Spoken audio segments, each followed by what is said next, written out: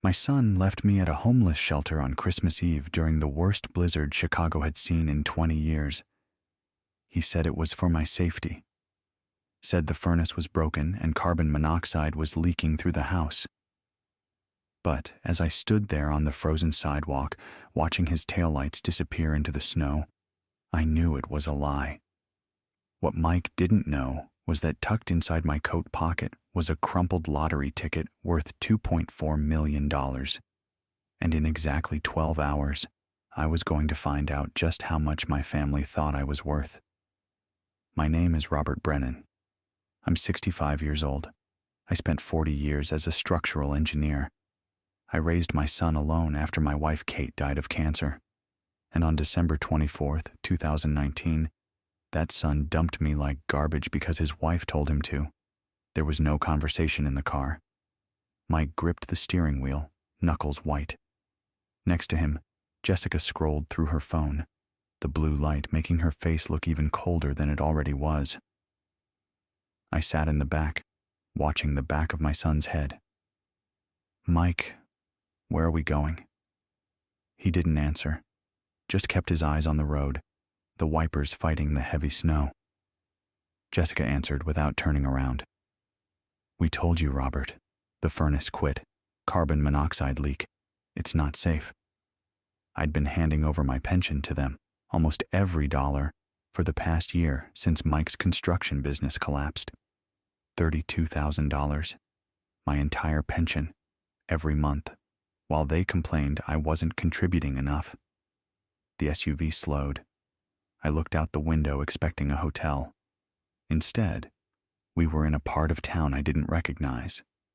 Broken streetlights, old brick buildings covered in graffiti. Mike pulled up to the curb in front of a grim 3-story structure. A faded sign read, St. Jude's Homeless Shelter. Mike, why are we stopping here? He finally turned around. He couldn't look me in the eye. Dad, it's an emergency. We have to do this. Jessica spun in her seat. The repairman said the leak is lethal. We're staying with my parents, but they don't have room. This is the only place with an open bed on Christmas Eve. But there are motels. We don't have time, Robert. Do you want us to crash? Jessica's voice was sharp. It's one night. We'll pick you up tomorrow by noon. The locks clicked open. I stepped onto the icy sidewalk. Before I could close the door, the trunk popped. Mike got out and pulled out my suitcase. Not my overnight bag, my large hardshell suitcase. I looked at it, then at him. Mike, why the big case for one night? He flinched, his mouth opened. Then Jessica honked the horn. Stay warm, Dad, he whispered. He got back in the car and drove away. I stood there as the red taillights disappeared into the snow. I was 65 years old. I had raised that boy alone. And he had just left me on a curb with a suitcase that contained everything I owned. This wasn't for one night. They weren't coming back. Inside the shelter, the air smelled of bleach and defeat. A woman behind plexiglass took my information without looking up. Bed 34, second floor, lights out at 10. I found the cot, thin mattress, gray blanket. To my left, a man coughed, wet and rattling. To my right, another man rocked back and forth, muttering to ghosts. I pulled out my phone, 12% battery. I scrolled to John Miller, my neighbor for 20 years. He answered on the 4th ring. Rob, Merry Christmas, buddy. John, I need you to look at my house. Are there any repair trucks outside? A pause. Footsteps. No trucks. Why?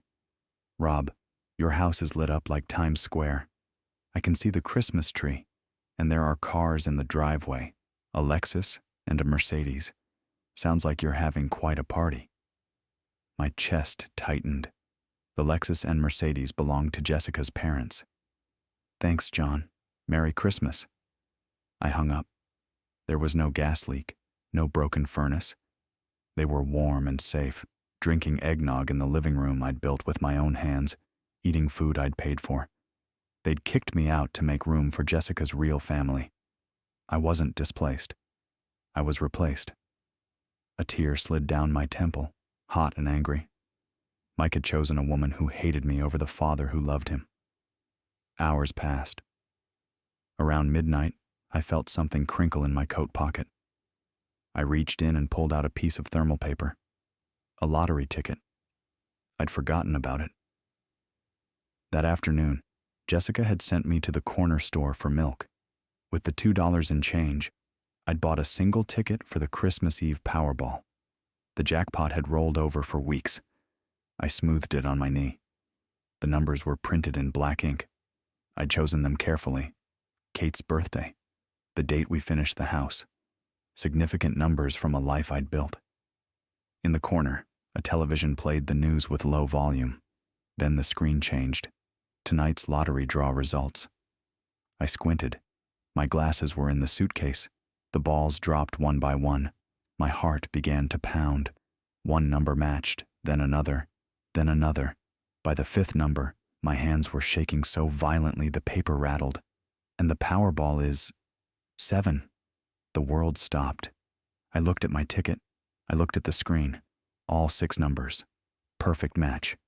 The anchor appeared. We have reports of a single winning ticket sold in Chicago for tonight's jackpot of $2.4 million. I didn't scream. I didn't jump. A cold, icy calm washed over me. The same calm I used to feel as an engineer assessing a bridge during a storm. $2.4 million. After taxes, about $1.7 million. Enough to never need them again. Enough to make them regret what they'd done. I thought about Kate. What she'd told me a year before she died. You're going to ruin him if you keep bailing him out. Promise me you won't let him become dependent on you.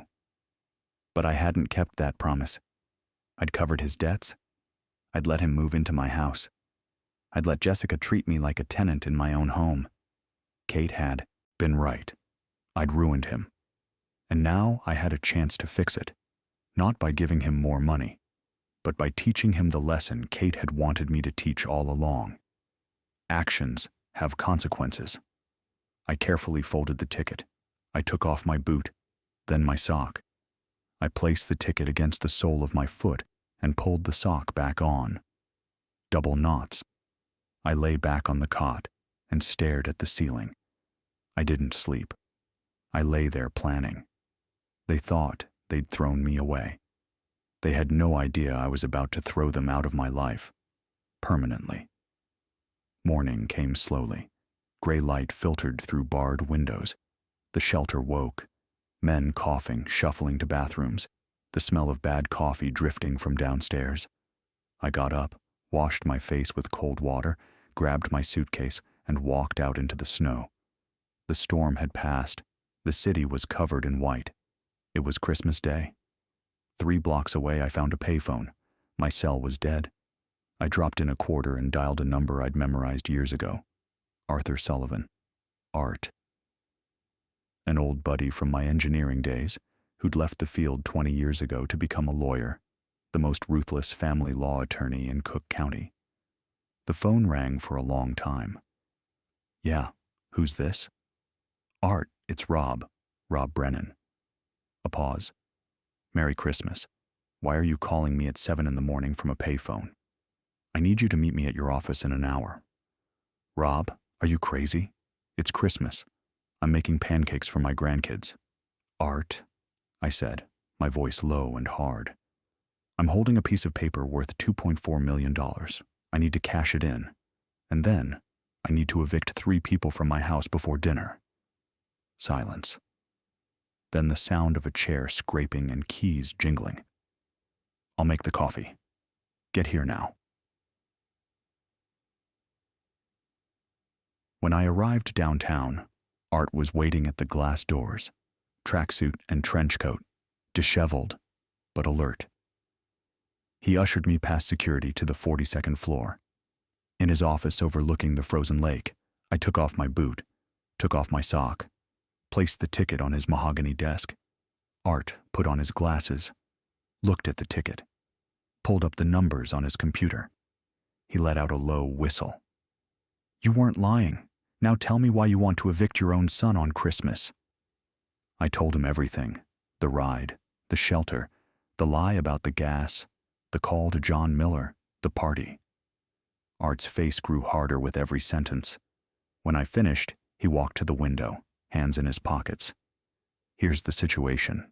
You're rich now, but legally, you're a vulnerable senior citizen who was abandoned by his caregivers on Christmas Eve.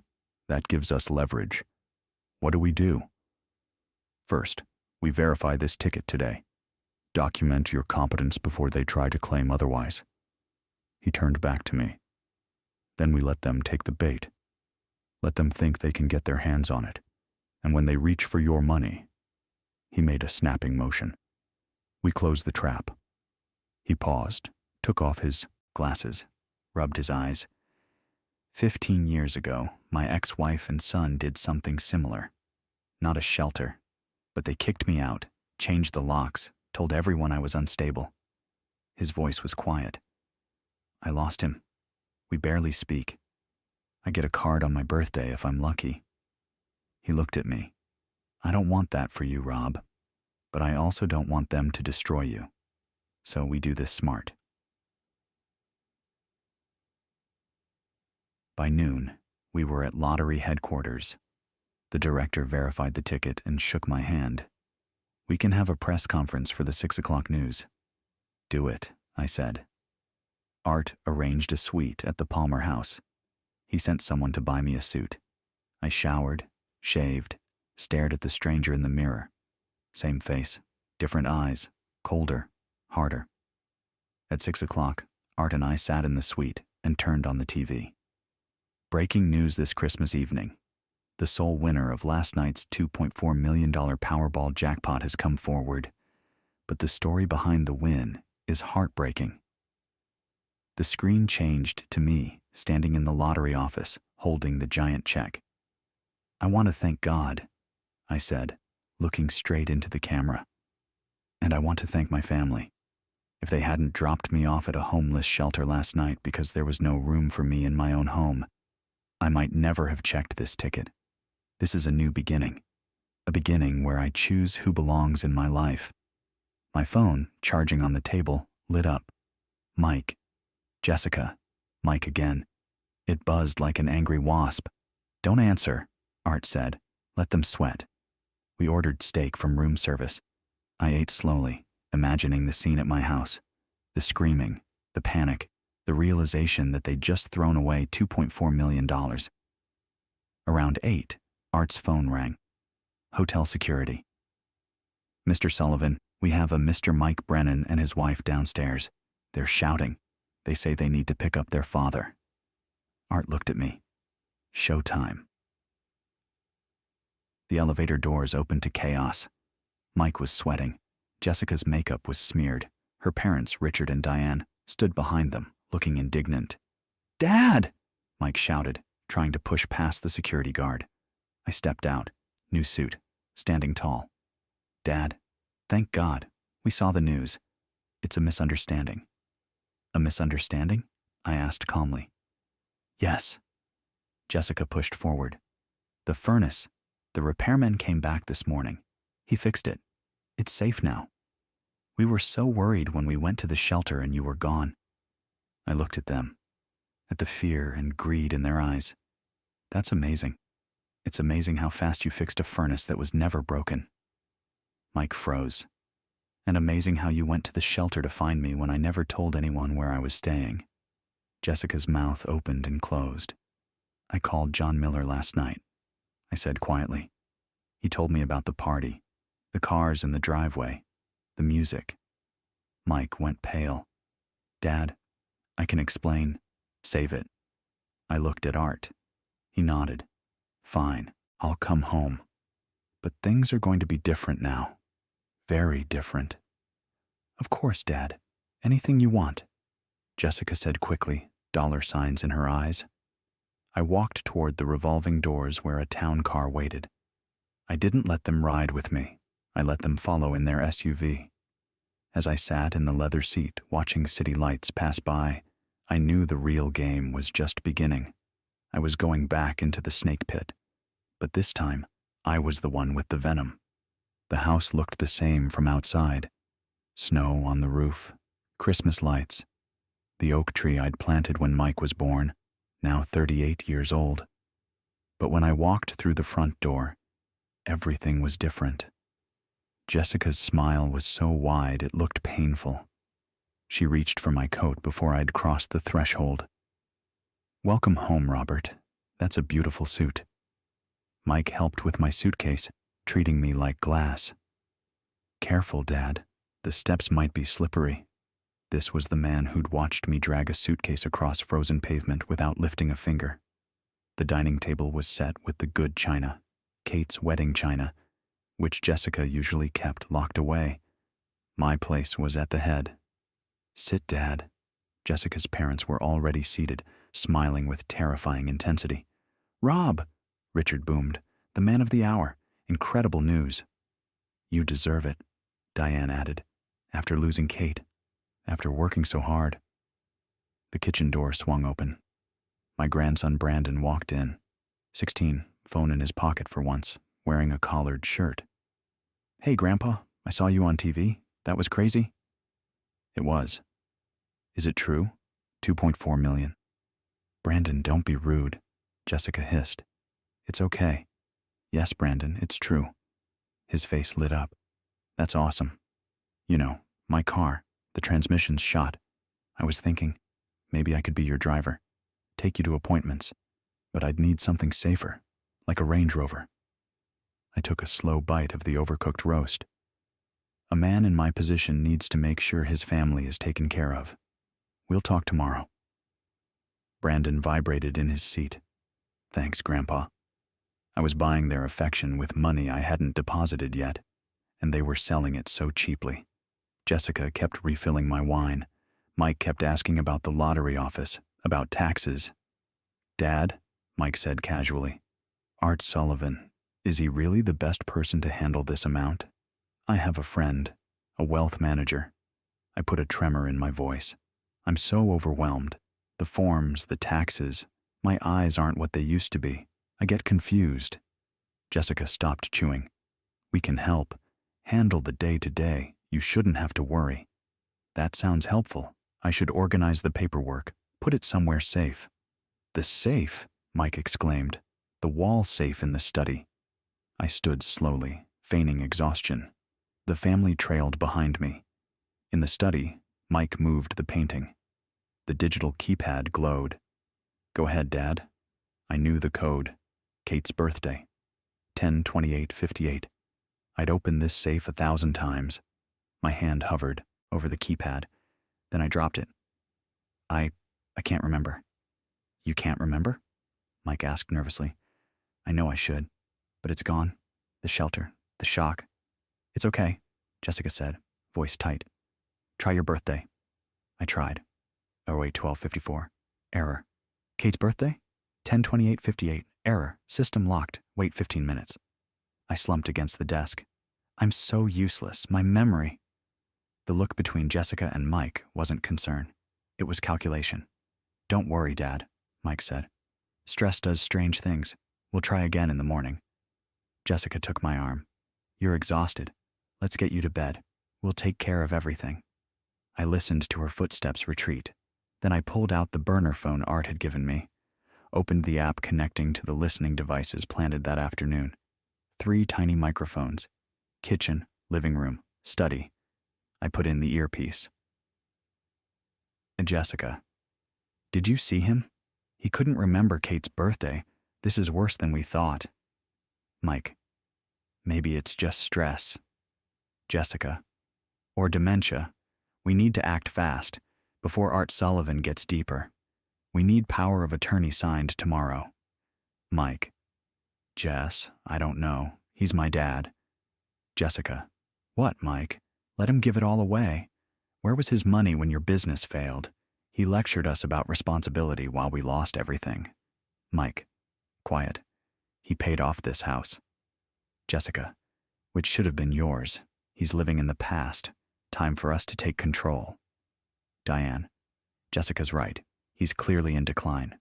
Managing his affairs is the kindest thing." Mike, pause. "What do you want me to do?" Jessica, Tomorrow morning, papers ready. If he hesitates, we remind him how confused he was tonight. Richard, what if he refuses? Jessica, then guardianship.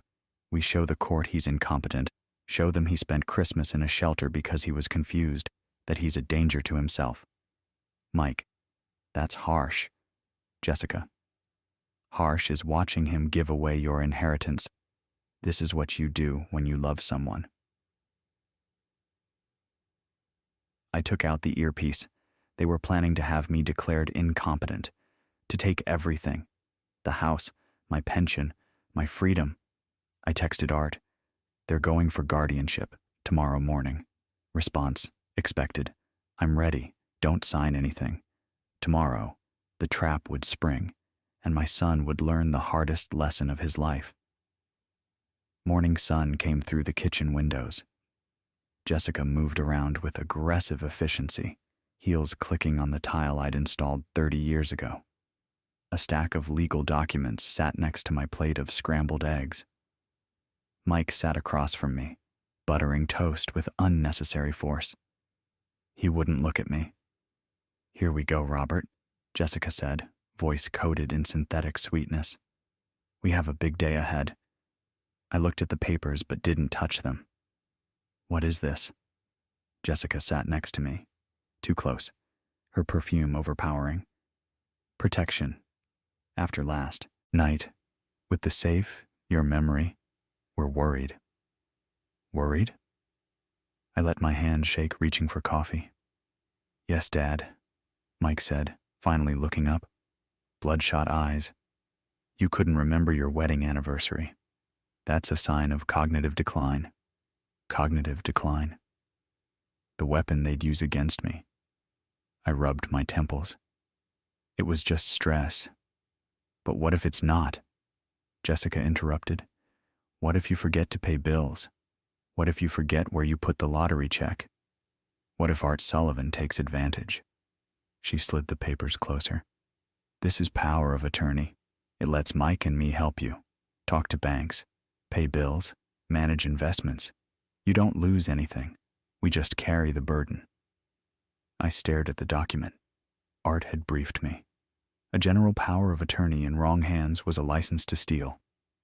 I should read it, show it to Art. No, Mike said, too loud. He flinched. No, Dad, you don't need lawyers. This is family. Don't you trust us? Those eyes. The same eyes that looked up at me when he was 8. I trust you, I lied, voice cracking perfectly. Then sign it, Jessica said. She produced a pen. Heavy black Mont Blanc, pressed it into my hand. Right here. I held the pen, let the tip hover, my hand trembling, genuine rage boiling inside. They watched like cats watching prey. I can't keep my hand steady. I dropped the pen. Jessica grabbed it, forced it back into my fingers. Just do your best. Doesn't have to be perfect. I gripped the pen, hunched over the table. Art had been specific. Your bank signature requires your full middle name, Robert Arthur Brennan. If you sign as just Robert Brennan, we can contest it. Okay, I wheezed, for the family. I wrote slowly, painfully. Robert Brennan. No middle name, just the bare minimum. Is that okay? I'm so tired. Mike snatched it away. It's perfect, Dad. Jessica flipped pages. Twice more, Robert. I signed the second copy. Robert Brennan. The third. Robert Brennan. With every stroke, their shoulders dropped. Tension left their bodies. They didn't know they were holding evidence of conspiracy to commit fraud. Jessica gathered the papers, tapping them to align edges. She looked at that stack with more affection than she'd ever shown Mike. I'll file these, safe and sound. Then she patted my head like I was a dog. Good job, Robert. Now rest. Mike and I have calls to make. I watched her walk away. Mike lingered, looked at me, opened his mouth, closed it.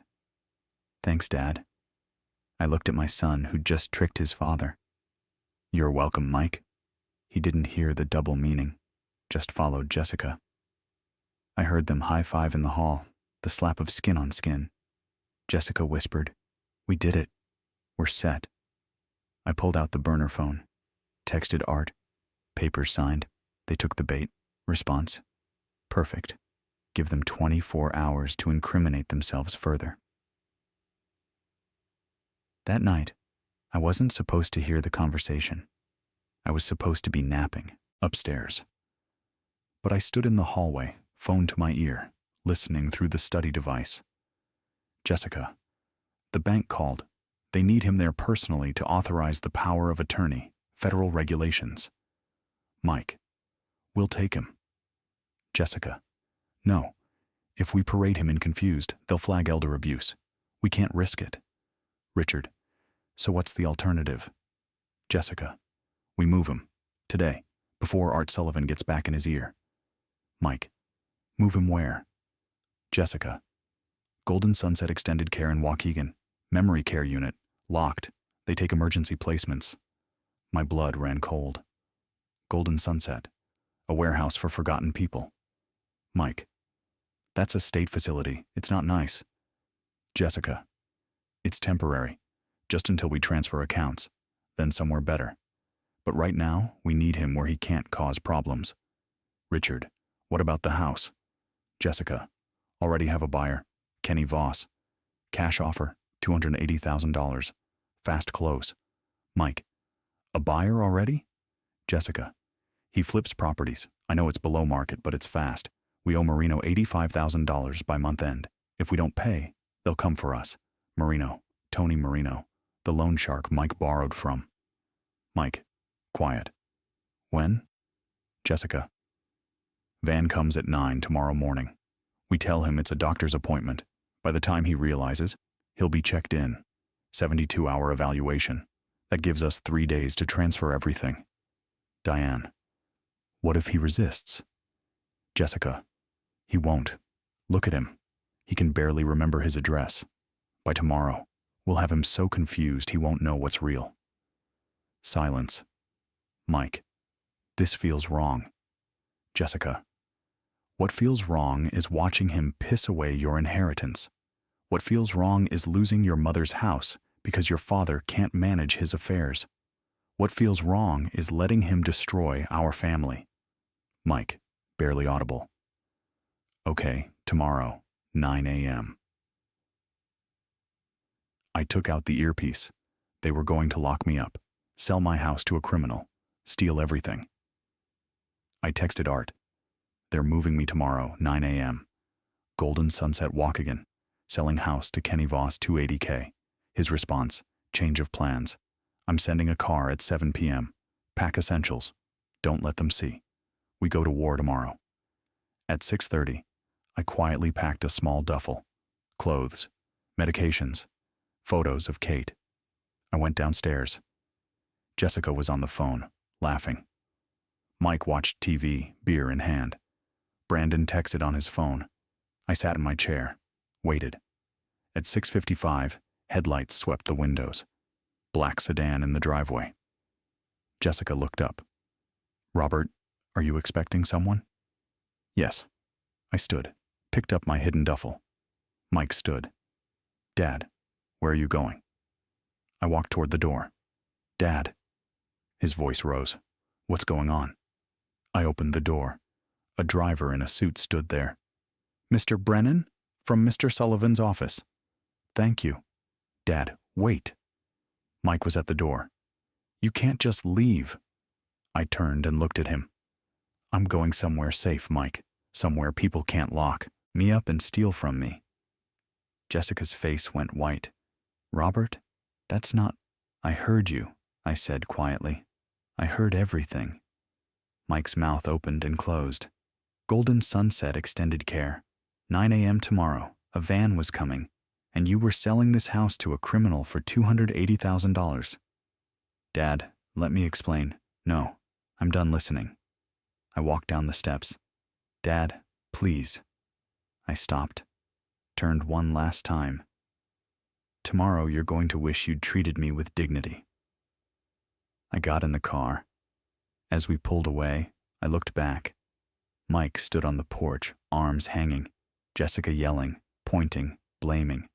Brandon filmed it on his phone. The house receded into distance. For the first time in 24 hours, I could breathe. The conference room in Art Sullivan's building was deliberately intimidating. Floor-to-ceiling windows overlooking Chicago. Massive mahogany table. Leather chairs. It was 10 a.m. on December 27th, 2019. I sat at the head of the table in my suit, hands folded. Art sat to my right, folders stacked in front of him. To my left sat Cheryl Morrison from the Illinois Department on Aging, a stern woman who'd spent 20 years investigating elder abuse. Across from me sat Mike, Jessica, Richard, and Diane. They'd arrived at 9:30, summoned by certified letter delivered at dawn. The letter was specific: attend or face immediate prosecution. They'd come. They'd had no choice. Jessica's makeup was perfect, but her eyes were bloodshot. Mike looked like he'd aged 10 years. Richard kept clearing his throat. Diane clutched her purse. Art stood. Let's be clear about why we're here. Robert Brennan is my client. Over the past 72 hours, evidence shows his family attempted to defraud him, abuse him, and deprive him of liberty. Jessica started to speak. Art held up a hand. You'll have your chance. Right now, listen. He opened the first folder. December 24th, 2019. Robert Brennan was abandoned at St. Jude's homeless shelter under pretense of a carbon monoxide leak. Phone records show no repair service was called. Evidence shows a party took place that evening with no evacuation. He slid photographs across the table. The house lit up, cars in the driveway. Mike closed his eyes. December 25th. Upon learning of the lottery win, family members retrieved him and immediately pressured him to sign financial documents. Art pulled out the 3 power of attorney forms. These were signed under duress. More importantly, the signature doesn't match Mr. Brennan's official bank signature. His legal signature includes his middle name. These don't. That's fraud. He let that sink in. December 26th. Audio recordings, legally obtained with Mr. Brennan's consent, captured conversations discussing moving him to a locked facility against his will and selling his property without consent. Art pressed play on a laptop. Jessica's voice. The van comes at 9 tomorrow morning. We tell him it's a doctor's appointment. Jessica's face crumpled. She started crying. That's out of context. We were trying to protect him. Protect him by locking him in a state facility? Art's voice was sharp. Protect him by selling his house for $120,000 under market to a known criminal? We didn't know Kenny Voss was... Kenny Voss has 3 arrests for wire fraud, Cheryl Morrison interrupted, voice flat. He's under investigation by the AG's office. You'd both be implicated in money laundering. Silence. Art closed the folders. We have enough to charge both Michael and Jessica Brennan with attempted fraud, conspiracy to commit elder abuse, and false imprisonment. False imprisonment? Richard barked. That's absurd. He's a competent adult who was lied to and threatened with unlawful confinement. Art shot back. In Illinois, that's false imprisonment. Mike finally spoke, voice barely a whisper. Dad, I'm sorry. I didn't want... Jessica said. He stopped. I'm sorry. I looked at him, at my son. You were going to lock me up, Mike. Take everything I built and sell it to a criminal. Make me disappear. I was scared. The debt. Marino. I thought, if we had the money. You thought you could throw your father away and everything would be fine. I didn't want to, Mike shouted, standing. But I had no choice. You had a choice, I said, voice hard. You could have asked for help like a man instead of stealing like a coward. You could have honored your mother's memory instead of spitting on everything she taught you. Mike sat down, face in his hands. Jessica's tears turned angry. You tricked us. You played senile. You set us up. I gave you a test, I said. You failed. Art leaned forward. Here's what's happening. Mr. Brennan offers you a choice. He slid documents across the table. Option 1. Michael Brennan pleads guilty to attempted fraud. 18 months probation, 300 hours community service, permanent restraining order from Robert's Financial Affairs. Jessica accepts the same. You sign a quitclaim deed. You undergo psychological evaluation and financial literacy courses. Option 2. We prosecute. You face 5 years in prison. You lose custody of Brandon. You're bankrupt from legal fees. Jessica looked at Richard. Dad, do something. Richard's face was gray. You committed fraud, Jessica. On tape. I want a lawyer, Jessica said. You're talking to 2 of them, Art said. Neither represents you. Mike looked at me. Dad, if I sign this, will you help with Marino? No, I said simply. Mike's face fell. You're 38 years old. You're going to face the consequences of your choices. You're going to grow up. I stood. I gave you everything, Mike, and you threw me away. Your mother would be ashamed. Mike broke. He sobbed into his hands. Jessica stared at the table, jaw tight. Sign the papers, Art said, pushing pens forward, or walk out and find police in the lobby. Mike picked up the pen with shaking hands. He signed. Jessica hesitated, then signed. Art gathered the papers. You have 24 hours to remove belongings from 1247 Oak Street. The restraining order is effective immediately. He stood. We're done. I walked to the window and looked out at the city. I heard them leave. Jessica's heels clicking, Richard muttering, Diane crying. Mike stopped at the door. Dad? I didn't turn. I really am sorry. I heard him leave. Art stood next to me. You okay? No, but I will be. 6 months later, I sat in the garden Kate always wanted. In my hand, a letter. Dear Grandpa, I don't know if you'll read this, but I'm trying to be better. I got a job. I'm saving for college. Maybe someday we can talk. Brandon. I read it 3 times, then folded it carefully and put it in the drawer with Kate's photos. I didn't reply. Maybe I never would, but I didn't throw it away. Through the window, I saw Mike standing at the end of the street, looking at the house. He stood there 5 minutes, then turned and left. I didn't call him back. Some bridges, once burned, can never be rebuilt. But sometimes, if you're lucky, you find another way home. I'm 67 now. I'm free, and I finally know what I'm worth.